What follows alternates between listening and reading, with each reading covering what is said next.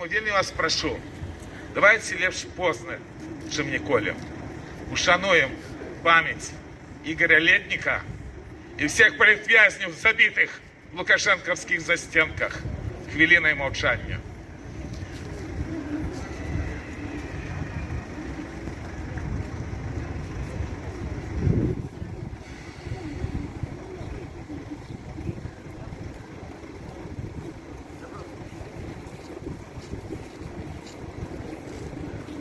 Дякую, родные. Другое. Вышел артикул Миколы Статкевича. И он одразу открыл телеграм-канал. Звертаюсь до вас. Глядите, что он там написал. Бо он написал все слушно. Этот артикул вельми тяжко дался. Это артикул про ту смертную погрозу, якая нависая над белорусским народом. Статкевич там пишет, что, может быть, он и вышел для того, как попередить белорусов. Хотя он не хотел этого робить. Пытание теперь только в одном. Почують это, ці не почують. И як зрозуміють. Могу поделиться своим сумным досвидом.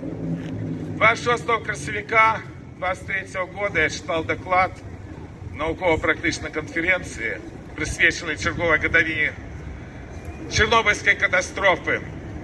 Якраз об тим, що робить Росія на конт ядерної зброї.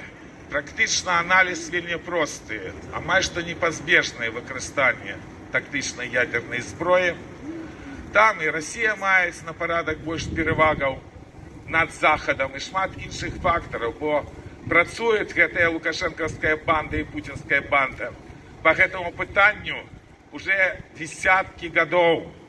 Ми виходили на акції протесту, коли вони проводили штабні влучення, це було більше 20 років тому назад, наносили ядерні удари по Варшаві, після по країнах Скандинавії. Захід це не кранало. Тому, шановні, нема там отказа в этом артикуле Миколы Статкевича, что нам робить. Потому что шлях белорусский вельми непростый, и никто вам этот рецепт не даст. А лишь подмурком этого мусить быть вельми простая речь. Конституция Республики Беларусь. Тая конституция, якая была еще до Лукашенки. Бо Лукашенко сгвалтил ее, сгвалтил право. И вот весь этот бардак, и вот эти идиотские схемы, по яких по Беларуси треба наносить ядерные удары, яны якраз виникають з той катастрофи, яка в Беларуси была еще в 94 году.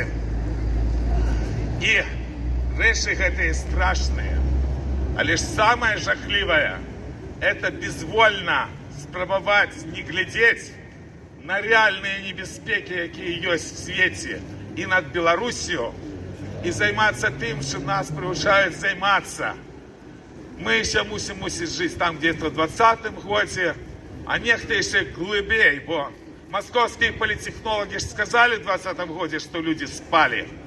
Вот они быцем бы и снова заснули. Але то, что отбывается, оно страшно. Вот самое жахливое, 20-й год это показал.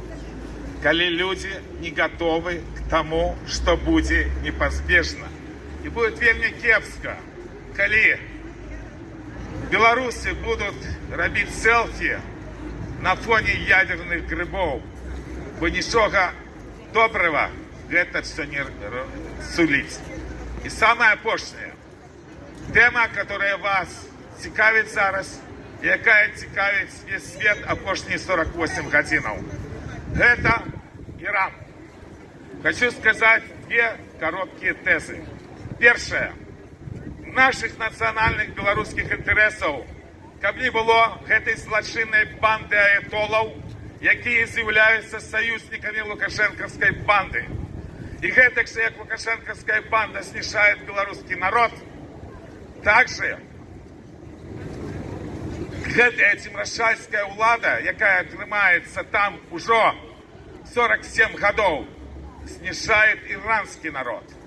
И другий момент. Мы, белорусы, мусим быть солидарными с иранским народом. Практично это наш обовязок. Я вельми хочу, каб иранцам пошенстило, каб то, что там зараз отбывается, привело все-таки до смены влады и дало шанс иранскому народу вырваться с той прорвы, куда его загнали 47 годов тому назад. Каб люди отрымали право, каб люди могли жить вольно. Нехай там здариться суд, бо треба і суд Білорусі. І давайте вірити, тому що просто на те, що Станкевич надрукував одразу артикул, это є свідчення моці ненавита білоруської нації. Так будьте моцними, будьте годними, бо ніхто за вас нічого не зробить. Тільки самі. Бо Білорусь жила, живе и будет жить. Живе Беларусь! Живе Беларусь! Живе Беларусь! Слава нации!